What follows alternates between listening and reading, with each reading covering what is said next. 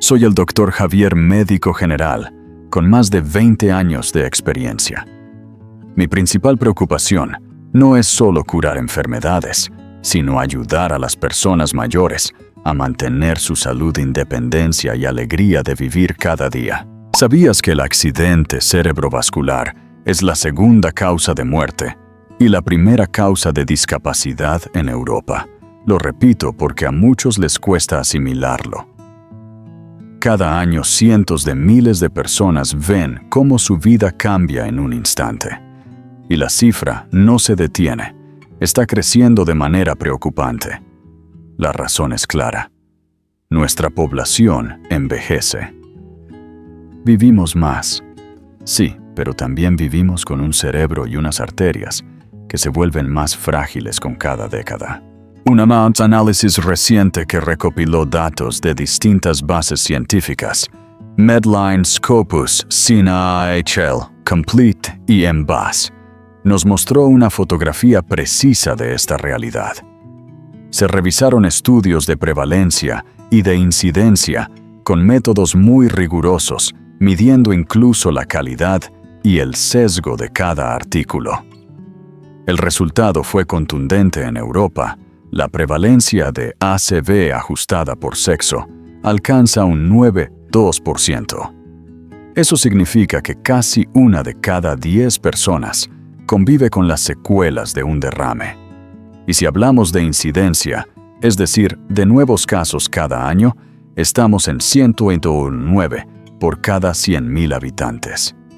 Una cifra que al traducirse en rostros, familias, historias, deja de ser un número para convertirse en un drama humano.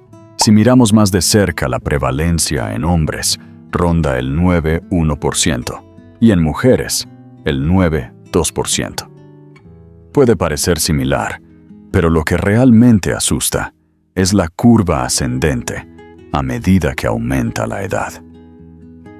En otras palabras, cuanto más años cumplimos, más se acumula el riesgo. Y aquí es donde muchos se equivocan. No es solo cuestión de herencia o de mala suerte. Hay factores silenciosos muchas veces provocados por medicamentos que usamos a diario, los mismos que guardamos en el botiquín, convencidos de que son inofensivos. Antes de revelarte cuáles son esos 4 fármacos que esconden una amenaza para el cerebro masculino y femenino, por igual quiero que entiendas lo esencial. Mi propósito no es sembrar miedo, sino dar herramientas.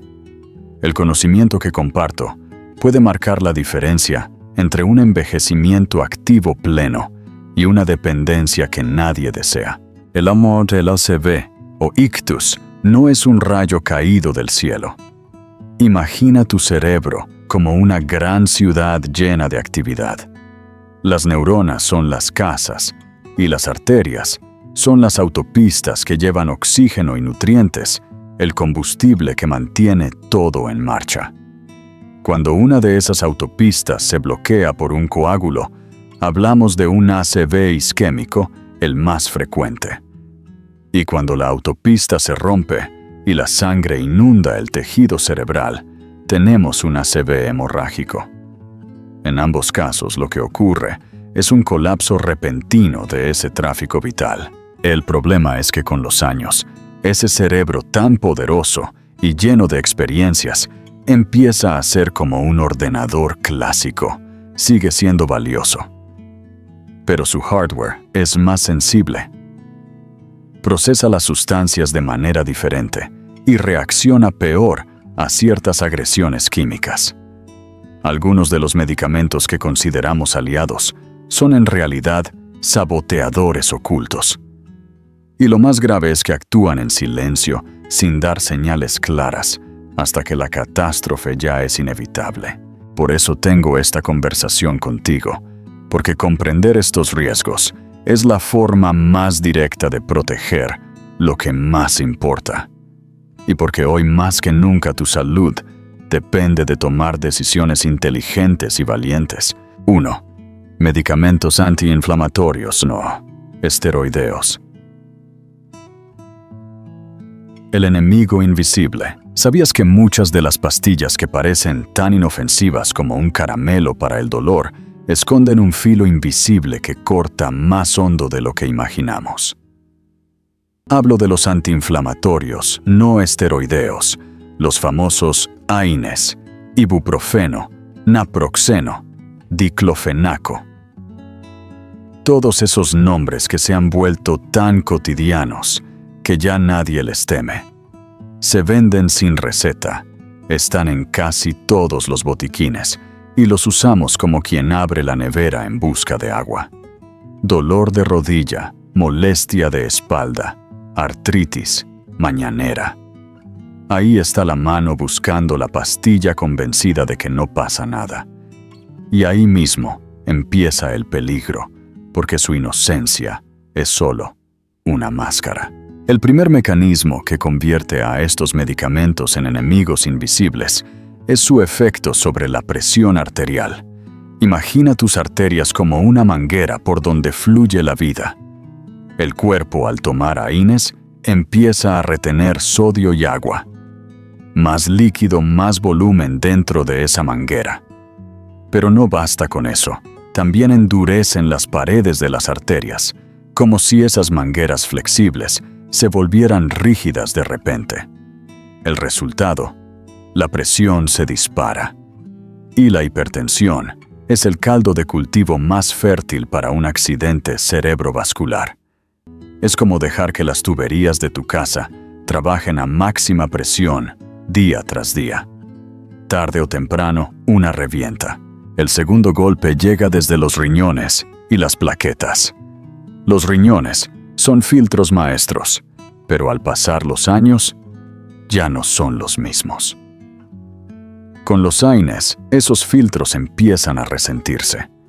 Un riñón debilitado deja que la presión arterial suba todavía más. Al mismo tiempo, las plaquetas que deberían funcionar como un ejército disciplinado, encargado de taponar sangrados, entran en caos. Algunas se vuelven demasiado activas, formando coágulos donde no deberían, especialmente en las arterias que alimentan al cerebro. Así la combinación es letal, un sistema de tuberías a punto de estallar y pequeños tapones formándose en los lugares equivocados. Y como si no fuera suficiente, estos fármacos encienden un fuego lento en el interior de las arterias. El uso crónico de AINES provoca una inflamación constante en el revestimiento arterial, como si pasaran una lija invisible día tras día. El interior se vuelve rugoso, el colesterol se pega, se forman placas. Basta con que un trozo de esa placa se desprenda y viaje hasta el cerebro para que se encienda la chispa de la catástrofe. Piensa en Carlos, 68 años, un hombre que adoraba su jardín. Luchaba cada mañana con la artrosis en sus rodillas.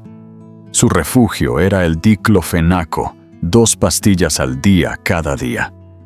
Es lo único que me quita el dolor, decía. Sabía que tenía la presión algo alta, pero no lo consideraba grave. Lo que no sabía era que cada dosis estaba echando gasolina a un fuego silencioso. Su presión subía poco a poco, sus arterias se endurecían sin que nadie lo notara. Una mañana, regando sus rosas, sintió un mareo. La manguera se le cayó de la mano, el brazo no respondía. Estaba sufriendo un derrame cerebral. El coágulo fue el verdugo inmediato, pero el terreno se había preparado con años de ese consumo cotidiano que parecía tan inocente. Entonces surge la pregunta inevitable: ¿qué hacemos? ¿Vivir con dolor porque el remedio es un enemigo disfrazado? Claro que no. El camino no es renunciar, sino trazar una estrategia. Lo primero, jamás abandonar un tratamiento por cuenta propia, porque eso es tan o más peligroso. El secreto está en la conversación honesta con el médico. Hacer preguntas claras. Con mi edad y mi presión arterial, este AINE es la mejor opción. ¿Cuál es la dosis mínima que realmente necesito y durante cuánto tiempo? Existen alternativas. El paracetamol, por ejemplo, suele ser más seguro para el corazón. También hay geles o cremas de diclofenaco o ibuprofeno que actúan directamente donde duele, reduciendo el impacto en todo el organismo. Y más allá de las pastillas, el poder de la fisioterapia, del ejercicio adaptado, del calor o del frío local no debe subestimarse.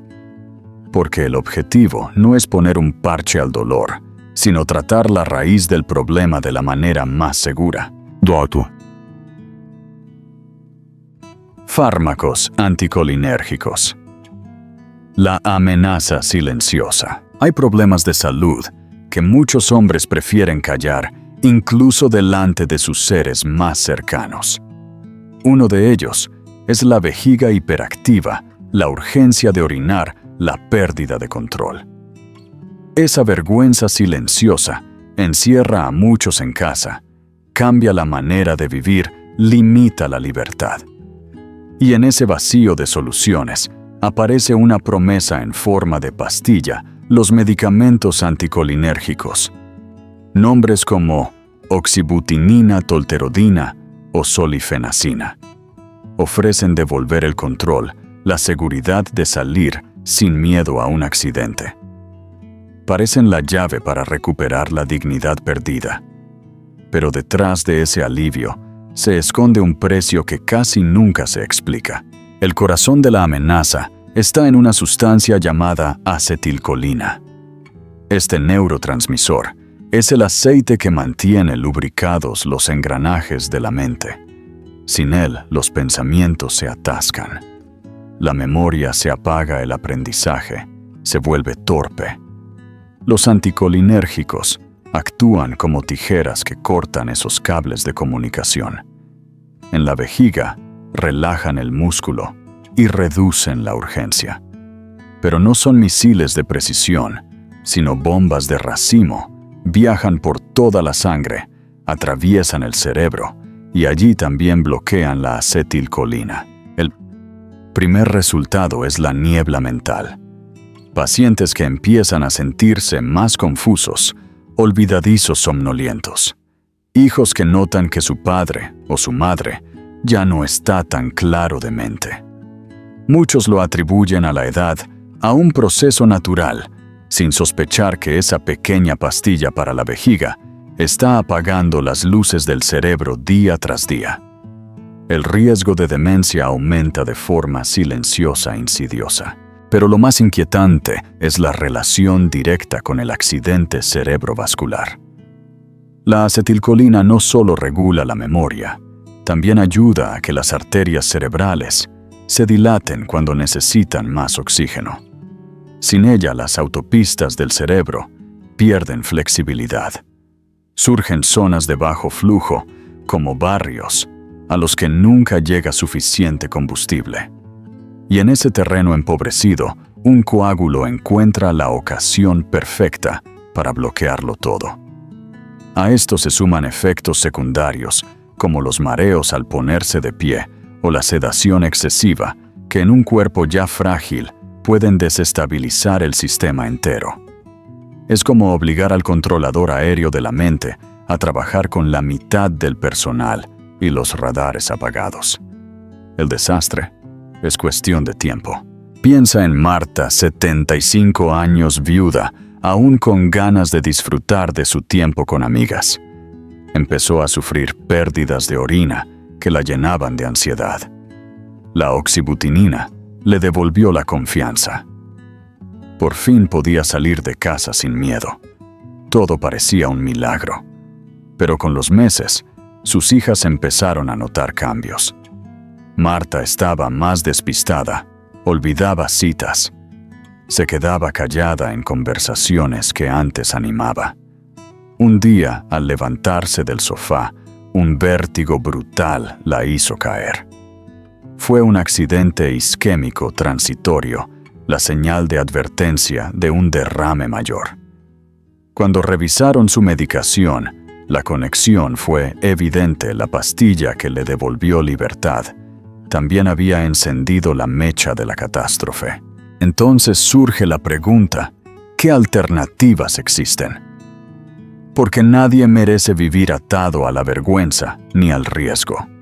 Lo primero, reconocer si el fármaco que se toma pertenece a la familia de los anticolinérgicos. Ese es el punto de partida. Después, abrir la conversación con el médico con una pregunta directa. ¿Este medicamento puede dañar mi cerebro? ¿Existen opciones más seguras? La respuesta es sí. Hoy contamos con fármacos más modernos como los agonistas beta-3, por ejemplo, el Miravigrón, que actúan por otra vía sin interferir con la acetilcolina y cuyo perfil de seguridad es mucho más favorable. Pero las soluciones no siempre están en una caja de pastillas. Los ejercicios de Kegel para fortalecer el suelo pélvico son un recurso poderoso, a veces subestimado. Reentrenar la vejiga con horarios fijos, reducir la cafeína, el alcohol, los refrescos, todo eso suma y mucho. Cada ajuste abre una ventana de control sin poner en jaque al cerebro, porque el problema merece solución. Sí, pero no a cualquier precio. Recuperar la dignidad no debe significar sacrificar la memoria, ni jugar a la ruleta rusa con un accidente cerebrovascular.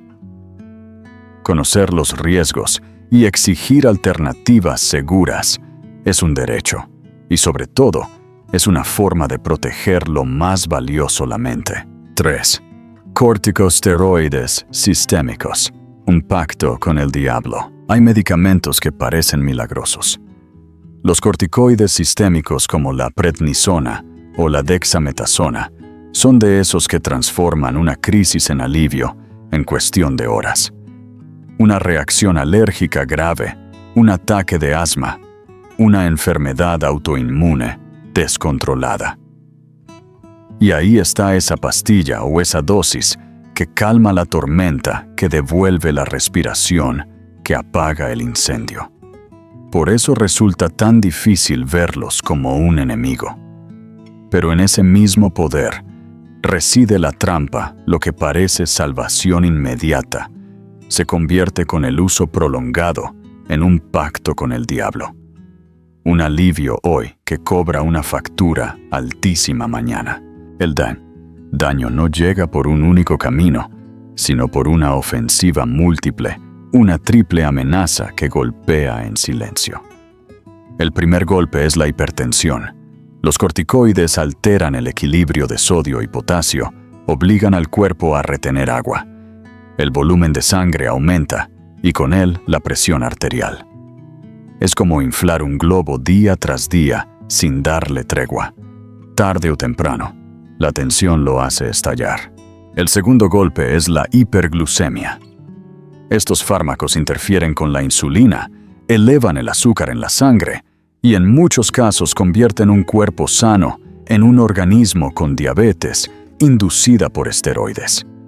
El azúcar alto es un veneno lento para las arterias. Las baña en una melaza constante que las endurece, las inflama y las vuelve frágiles. Cada célula de la pared arterial se desgasta como si fuera lijada sin descanso. El tercer golpe es una combinación letal, alteraciones en los lípidos y cambios en la viscosidad de la sangre. El colesterol malo LDL se dispara. El bueno se reduce y la sangre se espesa, se vuelve más pegajosa, más propensa a formar coágulos. El escenario está servido, arterias dañadas por la presión y el azúcar, y una sangre más densa, lista para bloquear el flujo hacia el cerebro. Es un cóctel perfecto para un accidente cerebrovascular. Jorge, 72 años, conocía demasiado bien ese pacto. Vivía con EPOC severa, y en cada crisis, la prednisona era la cuerda que lo sacaba del pozo. Con los años, esa cuerda se transformó en un hábito, en una muleta permanente. Sus pulmones se calmaban, sí, pero la factura empezaba a acumularse. Su presión arterial subía, su glucosa rozaba la línea roja, su colesterol se desordenaba. La atención estaba siempre en los pulmones. Nadie miraba las grietas que se abrían en silencio en su sistema vascular. Una tarde, leyendo en su sillón, las palabras empezaron a bailar. En la página, un lado de su cara se adormeció. El derrame cerebral lo golpeó como un rayo. La prednisona no fue la única culpable, pero había sido el acelerador que lo empujó al borde. Entonces, ¿qué hacer con un fármaco que tantas veces es indispensable? La respuesta no es negarlo, sino usarlo con inteligencia. El objetivo siempre debe ser la dosis más baja posible durante el menor tiempo necesario. Y cada vez que se abre un frasco de prednisona, debería abrirse al mismo tiempo una conversación seria con el médico. Hemos agotado todas las alternativas. Podemos reducir mi dependencia de este fármaco, porque alternativas existen. Para el asma o la EPOC, los corticoides inhalados reducen la inflamación sin la carga devastadora del uso sistémico. En enfermedades autoinmunes, hay otros tratamientos que combinados permiten disminuir la dosis oral. Y cuando el uso es inevitable, el plan debe ser integral. Vigilar de manera estricta la presión arterial, la glucosa, el colesterol. Ajustar la dieta a bajo contenido de sal y azúcares. Practicar ejercicio regular. Reducir al máximo los factores de riesgo. Los corticoides son al mismo tiempo salvavidas y verdugos. La clave está en reconocer que cada miligramo tiene un costo oculto, que cada día extra de uso suma peso a la balanza. No se trata de vivir con miedo, sino de vivir con estrategia. Mirar a ese fármaco no como un enemigo, ni como un ángel salvador, sino como una herramienta de doble filo que exige respeto, precaución y un plan claro para proteger todo el cuerpo, especialmente el cerebro. 4. Antipsicóticos, la opción más peligrosa. Hay fármacos que nacieron para luchar contra monstruos reales, la esquizofrenia, los trastornos psicóticos graves. Los antipsicóticos como la risperidona, la olanzapina o la quetiapina han salvado vidas en esos escenarios. Pero en las últimas décadas se ha extendido una práctica inquietante: usarlos en ancianos con demencia, no para tratar la enfermedad en sí, sino para calmar la agitación, la ansiedad, la agresividad que a veces acompañan al deterioro cognitivo. Es la solución rápida, la pastilla que aquieta al paciente y da respiro a los cuidadores. Pero ese respiro tiene un precio demasiado alto. Es una ruleta rusa química. Las advertencias más severas de organismos como la FDA no son un capricho. El llamado Black Box Warning está ahí por una razón clara en personas mayores. Con demencia, estos medicamentos casi duplican el riesgo de muerte, sobre todo a través del accidente cerebrovascular. Y no es un riesgo abstracto. Está descrito, documentado, repetido en miles de historias. La primera emboscada viene con la hipotensión ortostática. Al tomar el fármaco, la presión arterial puede desplomarse al ponerse de pie. El paciente se marea, se cae, se fractura la cadera. Pero más allá del golpe físico, ese instante de baja presión significa que el cerebro se queda, aunque sea por segundos, sin suficiente flujo sanguíneo. Repetido una y otra vez, ese vaivén abre el camino hacia un derrame. El segundo mecanismo es el caos en el corazón. Los antipsicóticos alteran el ritmo cardíaco, generan arritmias que favorecen la formación de coágulos. Y esos coágulos, como misiles sin control, viajan directo al cerebro. El tercer golpe se llama síndrome metabólico. En cuestión de meses, la balanza sube, el azúcar en la sangre se dispara. El colesterol se desordena. El cuerpo entra en una tormenta metabólica que espesa la sangre, la vuelve más pegajosa, más propensa a coagularse.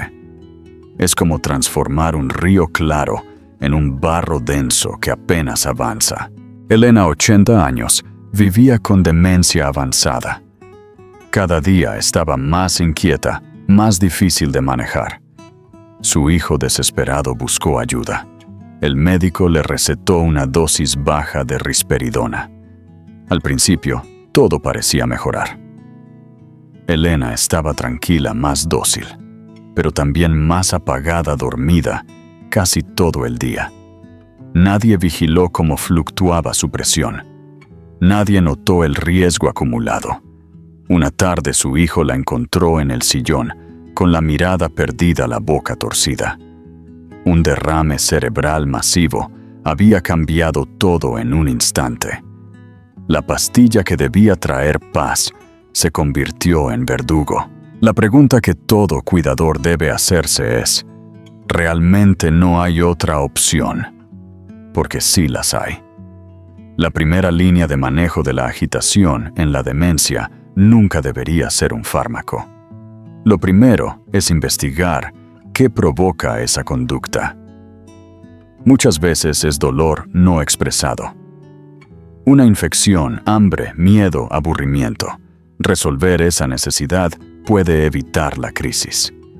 También están las intervenciones conductuales, un ambiente tranquilo. Música que le guste simplificar las tareas, validar sus emociones. Son caminos más largos, más demandantes, pero infinitamente más humanos y seguros.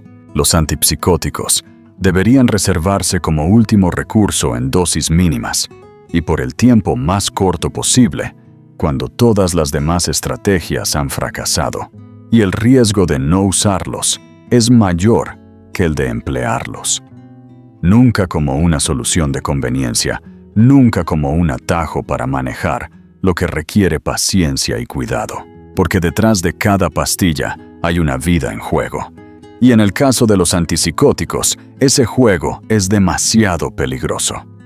La calma que prometen puede costar la independencia, la memoria, incluso la vida misma. ¿Lo ves? Todo lo que hemos hablado no es un simple listado de medicamentos o de riesgos lejanos. Son realidades que están en tu casa, en tu mesita de noche, en ese botiquín que parece tan inofensivo. Y la diferencia entre ignorarlas o enfrentarlas puede ser abismal. No se trata de vivir con miedo, se trata de vivir con conciencia. Por eso quiero dejarte algo muy claro. Hay que ser proactivos, no pasivos. El primer paso es revisar tus medicamentos. Abre ese cajón. Toma nota, reconoce cada caja y pregúntate: ¿sé realmente para qué sirve? ¿Sé qué riesgos puede tener para mi edad, para mi presión, para mi cerebro? No dejes que la rutina te adormezca. El conocimiento es como encender la luz en una habitación oscura. De repente ves lo que antes estaba escondido. El segundo paso es pedir cita con tu médico. No esperes a que algo grave suceda para levantar el teléfono. Llama ya. Ve con tus preguntas preparadas, con la seguridad de quien quiere cuidar de sí mismo. No es un acto de desconfianza, es un acto de amor propio. Ese diálogo puede cambiar el rumbo de tu salud. Créeme, una conversación honesta puede marcar la diferencia entre una vida activa y una dependencia dolorosa. El tercer paso es compartir esta información. No te la guardes. Díselo a tu hermano, a tu vecina, al amigo con el que sales a caminar. Envía este video al grupo de WhatsApp de la familia. Cada vez que lo compartes puedes estar evitando una cama de hospital, un susto a medianoche, un futuro roto. Esa es la fuerza de la información, multiplicarse, llegar donde más falta hace.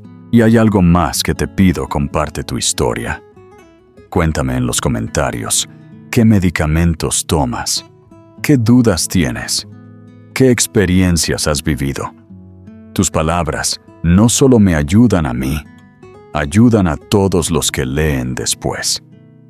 Crean comunidad, crean apoyo, crean esperanza. Nadie debería sentirse solo en este camino, y tu testimonio puede ser la chispa que encienda la conciencia de otro. Si lo que acabas de escuchar te ha sido útil, dale al botón de me gusta y suscríbete al canal. Así no te perderás la próxima información vital que puede proteger tu salud y la de los tuyos. Cada clic, cada comentario, cada suscripción es un pequeño acto de resistencia contra la desinformación y la indiferencia. Recuerda, el mensaje de hoy es simple, pero poderoso. Seamos proactivos, no pasivos. La salud no espera el tiempo, no perdona, y tu cerebro, tu corazón, tu vida merecen cada esfuerzo.